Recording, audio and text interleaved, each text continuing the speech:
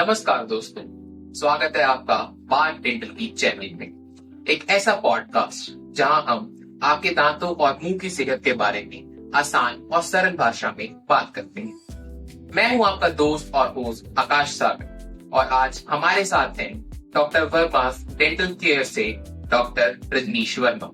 नमस्कार सर, आपका बहुत बहुत स्वागत है हमारे इस पॉडकास्ट में। सबसे पहला सवाल मेरा आपसे ये रहेगा कि ये बताइए कि मसूड़ों की बीमारी होती क्या है?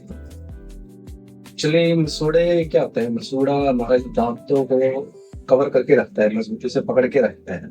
मसूड़ा एक ऐसा पार्ट है जो बोन और दांत को कवर करके रखता है हमारे। और उसमें बीमारी क्या होती है? इसमें जैसे बैक्टीरिया ग्रो करते हैं, मतलब जो खाना हम खाते हैं प्लाक की फॉर्मेशन हो जाती है, उससे बैक्टीरिया ग्रो करते हैं, फिर मसूड़ों में इन्फ्लामेशन हो जाती है, स्वेलिंग आ जाती है, ब्लीडिंग हो जाती है। ये पेरियोडोंटाइटिस बोलते पाए गए मिलते हैं इसका मसूड़ों की बीमारी। ठीक है सर, मेरा अगला सवाल आपसे ये रहेगा कि क्या ये मसूड़ों की समस्या आम लोगों की दिक्कत है या ये कुछ पर्टिकुलर पेशेंट्स में देखने को मिलती है? हाँ, ये बिल्कुल ये आम लोगों की मतलब नॉर्मल है, कंडीशन में मिल जाती है लोगों में मसूड़ों की। ऐसा कोई स्पेसिफिक नहीं है, मतलब कुछ पर्टिकुलर पेशेंट्स के लिए हम इसको नहीं कह सकते। आम बिल्कुल आम जी सर, जी ठीक है सर, हमारे दर्शकों को आप ये भी बताएं कि मसूड़ों की दिक्कत के शुरुआती लक्षण क्या हो? मसूड़ों की शुरुआती लक्षण क्या होते हैं? जैसे प्लाक फॉर्मेशन होगी पहले, सबसे पहले, ठीक है। वो धीरे धीरे फॉर्मेशन होता है, कैल्सिफाइड होकर कैल्कुलस बन जाता है। फिर उसके बाद में जब दांतों से इन्फ्लामेशन होती है, रेडनेस हो जाती है, स्वेलिंग आ जाती है। ये शुरुआती सारे लक्षण है इसमें। और थोड़ा सीवियर हो जाता है तो इसमें मोबिलिटी आ जाती है दांतों में, दांत हिलने लगते हैं। हाँ, दांत हिलने लग जाते हैं और मसूड़े अपनी जगह छोड़ जाते हैं, गैस आ जाता है, जिसको देसी भाषा में हम पायरिया बोल देते हैं।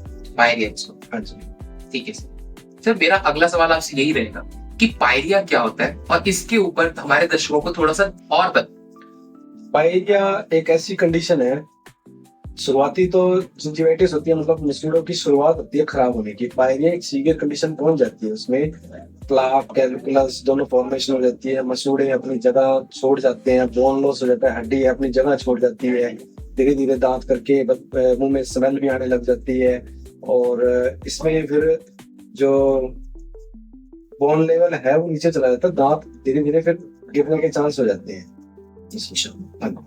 ठीक है सर, मेरा अगला सवाल आपसे ये रहेगा, अगर ब्रश करते वक्त मसूड़ों से खून आए तो इंसान को क्या करना चाहिए? ब्रश करते वक्त जब मतलब ब्लीडिंग आ रही है, इसका मतलब आपको शुरुआती लक्षण स्टार्ट हो चुके हैं आपको। ठीक है, पहला तो मेरा ही मानना ये भी आपको डेंटिस्ट को चेकअप करवाना चाहिए एवरी 6 मंथ में। भैया उससे क्या होगा, आपको पता लग जाएगा आपको जो कंडीशन स्टार्ट हो गया उसका ट्रीटमेंट करवा सके। मेन यही है, अभी ब्रशिंग के टाइम अगर ब्लड आ रहा है तो डेंटिस्ट को चेकअप करवाएं। ठीक है सर, ठीक है। अगर सर डेंटिस्ट के पास जाने से पहले जो पेशेंट है जिनके मुंह में खून आ रहा है वो घर पर क्या कर सकते? पर उनके देसी उपचार है, जैसे साफ पानी करके नमक डाल के उसमें कुल्ला कर सकते हैं, माउथ वॉश यूज कर सकते हैं, टेस्ट कर सकते हैं। वो वैसे तो डॉक्टर ही रिकमेंड करेगा, पेस्ट तो कौन सी करनी है। माउथ वॉश के लिए काफी सारे प्रोडक्ट आते हैं बाजार में, आप कोई भी यूज कर सकते हो उसमें से।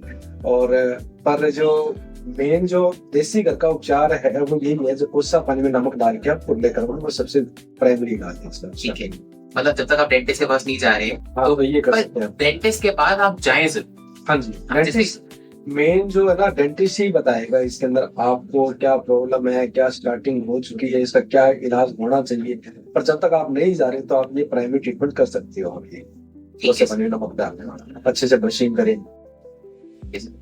मेरा अगला सवाल आपसे ये रहेगा, क्या ये बीमारी दर्द के साथ शुरू होती है या बिना दर्द के शुरू होती है? कुछ कंडीशन में बिना दर्द के भी हो जाती है, कुछ कंडीशन में पेन भी होता है। पेन किस कंडीशन में होता है? जब मसूड़े पूरे फूल जाए, वहाँ फूल लॉजमेंट हो रही है, उस कंडीशन में पेन हो जाता है, दांत से दांत भी टच नहीं होते हैं, वो पेन की कंडीशन में रहती है। कई बार पेन भी नहीं होता, मसूड़े में इन्फ्लेमेशन रहती है, इससे ब्लड ही आता है और दांत हिलने लग जाते हैं। पेशेंट कंप्लेंट करता है हिलते ही है, कोई पेन नहीं है, या ठंडा गर्म लगने लग जाता है पेशेंट को। सेंसिटिविटी बोलते हैं जिसको, भाई ठंडा खा रहे हैं चीज लग रही है, गर्म खा रहे हैं तो चीज लग रही है। तो ये ट्रीटमेंट मतलब शुरुआती लक्षण है, मतलब इसमें ये फायदे। तो मतलब बेसिकली बात फिर वहीं पे घूम फिर के वहीं आ जाती है कि अगर जब तक आप डेंटिस्ट को नहीं दिखाएंगे तब तक आप बता नहीं सकते हैं कि उसके अंदर प्रॉपर ट्रीटमेंट आपको क्या चाहिए। हाँ जी। मेरा अगला सवाल आपसे ये रहेगा, क्या मसूड़ों की बीमारी दांतों को भी नुकसान पहुंचाती है? हाँ, दांतों को बचा सकती है, क्योंकि अगर वुंड लॉजमेंट हो रही है तो कैविटी लगने के चांस रहेंगे, बैक्टीरिया ग्रो करेंगे तो वो दांतों में कैविटी लग जाएगी। और बोन लॉस हो रहा है तो साथ में तो मोबाइल दांत हो जाएंगे, हीले लग जाएंगे तो दांत गिरने के चांस रहेंगे। ठीक है सर। तो मेरा अगला सवाल आपसे ये रहेगा सर, किस उम्र के लोगों को ये बीमारियां ज्यादा होती हैं, बच्चे, जवान या बुजुर्ग? वैसे तो जो नॉर्मली है वो जवान और बुजुर्ग में ज्यादा मिलती है, और बच्चों में भी हो सकती है। कोई ऐसा कोई बच्चों में मतलब शीघ्र रहती है, दर्द रहती है, मतलब उसमें होती है। बुजुर्गों में थोड़ा ज्यादा मिलता है। बुजुर्गों के ज्यादा थोड़ा ब्रशिंग की और क्लीनिंग की थोड़ी सी अच्छी से केयर नहीं हो पाती, इस करके मतलब बुजुर्गों में ज्यादा होती है, पर तीनों एक एज में दिख जाती है। ठीक है सर। सर अगला मेरा सवाल आपसे ये रहेगा, क्या मसूड़ों की बीमारी को रोकने के लिए सिर्फ ब्रश करना काफी है?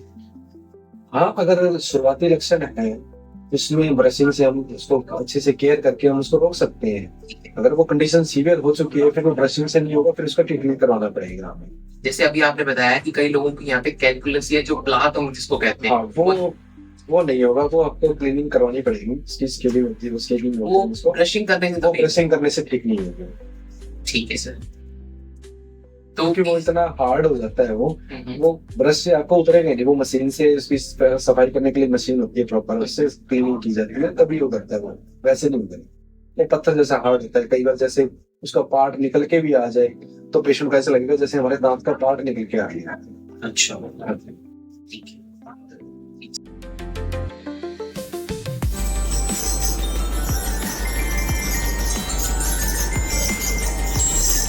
सर हमारे दर्शकों को ये भी बताइए कि ब्रश करने का सही तरीका क्या है और इससे मसूड़े बचते कैसे?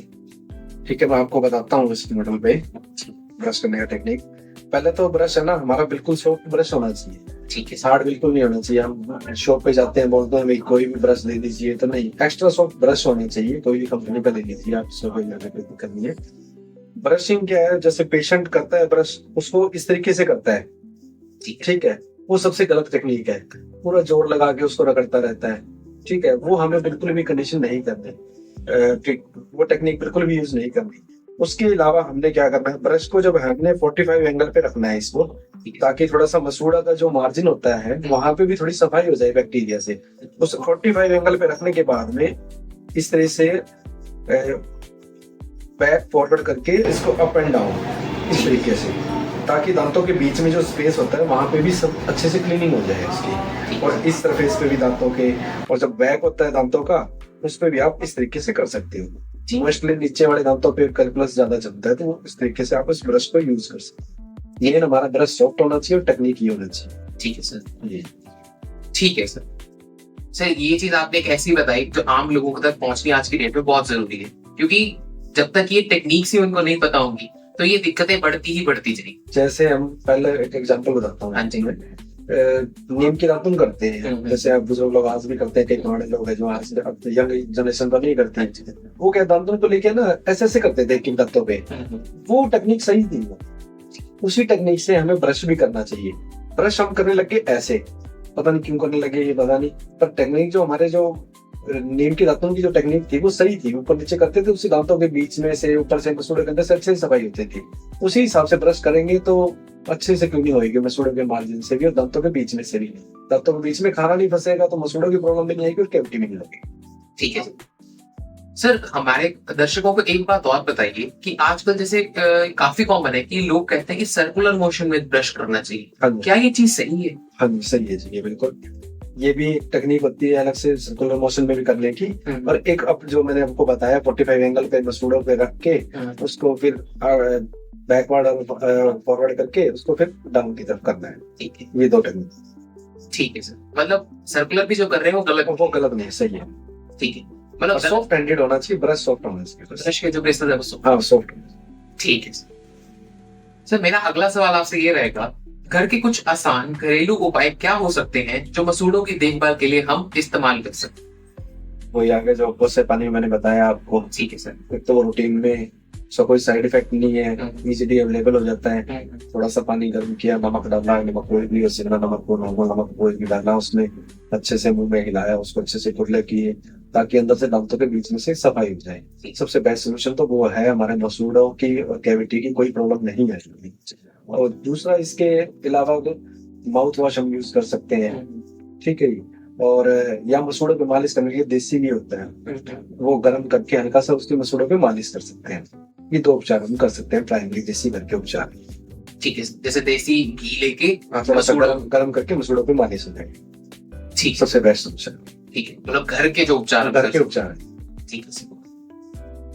क्या धूम्रपान और तंबाकू मसूड़ों की बीमारियों को बढ़ाते हैं? हाँ जी बिल्कुल, बहुत ज्यादा। मतलब जो कंडीशन आज आपकी चल रही है, मतलब बिना धूम्रपान के, अगर आप धूम्रपान कर रहे हो तो तीव्र गति से आपको खराब करेगी। जो इन्फ्लेमेशन करती है वहाँ सारे मसूड़ों में, जो टोबैको चिलिंग होगी, स्मोकिंग होगी, सारे वहाँ पे मतलब बैक्टीरिया ग्रो होना और उससे मतलब प्रॉब्लम 3 गुना ज्यादा बढ़ जाती है। सर मेरा अगला सवाल आपसे ये रहेगा, क्या तनाव और लाइफस्टाइल का भी मसूड़ों पर असर पड़ता है? हाँ जी बिल्कुल पड़ता है जी। हमारा जैसा हम किस तरह से खान पान कर रहे हैं, क्या खा रहे हैं, स्टिकी चीज खा रहे हैं, क्या चॉकलेट होगी, टॉफी होगी, इस तरह की हम शुगर कोटेड होगी कोई भी चीज वो हम खा रहे हैं, तो ज्यादा जल्दी सीवियर हमारे को जो मसूड़े की बीमारी है वो जल्दी लगेगी। ठीक है, हम अपना खान पीन चेंज करेंगे तो उससे हिसाब से कम हो जाएगा। तो ये एक फैक्टर है, उसमें भी हम मसूड़ों की बीमारियां जल्दी सीवियर हो जाती है इसमें लाइफस्टाइल में। ठीक है सर, मसूड़ों की अगर मान लो किसी को बीमारी हो गई तो क्या उसे सिर्फ दवाइयों से ठीक किया जा सकता है या उसके लिए हमें सर्जरी के ऑप्शन भी ही चाहिए? नहीं, प्राइमरी ट्रीटमेंट तो हमारा जो मेडिसिन होता है, मेडिकेशन देंगे उसको, मेडिसिन देंगे, स्केलिंग होगी, सफाई होगी। अगर उसके बाद में भी अगर उस कंडीशन में, अगर वो सीवियर कंडीशन में चला गया, बोन लॉस हो गए, उसमें मोबिलिटी आ गई है, उसके दौरान हमें फिर सर्जरी की तरफ जाना पड़ता है। सर्जरी में क्या होता है, जो मसूड़े हटा के अंदर से सफाई की जाती है, जहाँ हमें बोन की जो है उसमें एक आर्टिफिशियल हड्डी का पाउडर डाला जाता है ताकि वहाँ एरिया वो हड्डी बन जाए और दांत मसूड़े अपनी जगह पे कवर हो जाए। कई कुछ पेशेंटों में मसूड़े अपनी जगह छोड़ जाते हैं, वो भी हम सर्जरी के द्वारा उसको कवर कर सकते हैं दोबारा। ठीक है सर, मतलब सर्जिकल अगर हम प्रोसीजर देखें तो रिवर्स बैक हम कर सकते हैं? हाँ जी कर सकते हैं। वो डिपेंड करता है कितनी सीवियरिटी है, उसके हिसाब से हम 100% कर सकते हैं, उसको कितने % हो सकता है। ठीक है सर, एक अहम सवाल, क्या एक बार इलाज के बाद ये बीमारी दोबारा हो सकती है?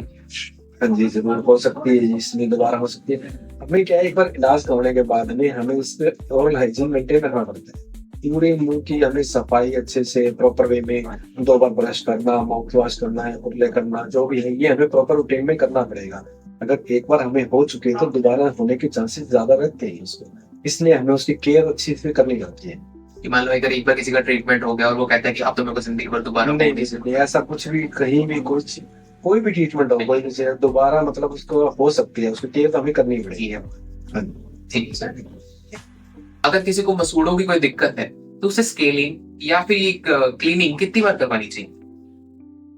क्या ना, 6 महीने बाद करवा सकते हैं इसको। ठीक है सर, अगले 6 मंथ हम स्केलिंग करवा सकते हैं, उसका कोई साइड इफेक्ट नहीं है। पेशेंट में कुछ भरम है उसके प्रति, वो भी मैं बता देता हूँ आपको। भरम ये है, अभी पेशेंट को कहते हैं सफाई कराने से दांत कमजोर हो जाते हैं। दांत कमजोर नहीं होते, जो हम उसके लिए सफाई के लिए जो मशीन यूज रहती है उसे वाइब्रेट करती है, जो बाहरी जो जितना गंद होता है उसको सिर्फ रिमूव करती है। हम दांत को घिसाते नहीं है, उसमें कोई भी हमारे मशीन है जो बात नहीं है, अभी दांत के जो ऊपर परत को घिसाएगा। हमें क्यों महसूस होता है वो, क्योंकि जो हमारे मुंह में जो कैलकुलस जमा हो गया था, पत्थर जो जमा बन हो गया था, उसकी हमें आदत पड़ चुकी थी। अंत में आप हमारे दर्शकों को मसूड़ों की देखभाल के लिए क्या टिप्स देना चाहेंगे? अंत में तो मैं ये कहना चाहूंगा, सबसे मतलब जो मसूड़ों की देखभाल के लिए हमें सबसे ज्यादा एक तो ब्रशिंग पे ध्यान देना चाहिए। जो ब्रशिंग की टेक्निक बताइए, ब्रशिंग की टेक्निक किस तरीके से हमें ब्रश करना है, सबसे ज्यादा उस पर फोकस करना चाहिए। और दूसरा, हमें रेगुलर रूटीन में कोई भी मतलब माउथ वॉश के मैं रिकमेंड कम करूंगा, मैं सबसे ज्यादा कहूंगा आपको कोसा पानी करके नमक डाल के दिन में खाना खाने के तुरंत बाद में दिन में 2 बार 3 बार जितनी बार भी आप कर सकते हो वो कुल्ला कीजिए। और एक ब्रशिंग है जो टेक्निक बताइए, सुबह और शाम, सुबह खाना खाने के बाद में, रात को सोने से पहले 2 बार ब्रश करोगे तो आपको आगे प्रॉब्लम आने के चांस कम रहेंगे। ब्रश है वो सॉफ्ट ब्रश के यूज कीजिए। ठीक है सर, आज आपका हमारी इस चर्चा में बने रहने के लिए बहुत बहुत धन्यवाद। आज आपने बहुत ही सरल भाषा में ये बताया कि हमें अपनी मुस्कान की असली जड़ यानी मसूड़ों की देखभाल कैसे करनी चाहिए। तो दोस्तों, ये था आज का बात डेंटल की का पॉडकास्ट। अगर आपको ये पॉडकास्ट अच्छा लगा हो तो इसे लाइक, शेयर और बात डेंटल की चैनल को सब्सक्राइब जरूर करें। अगले पॉडकास्ट तक के लिए मुस्कुराते रहिए और अपने मसूड़ों का ध्यान रखें।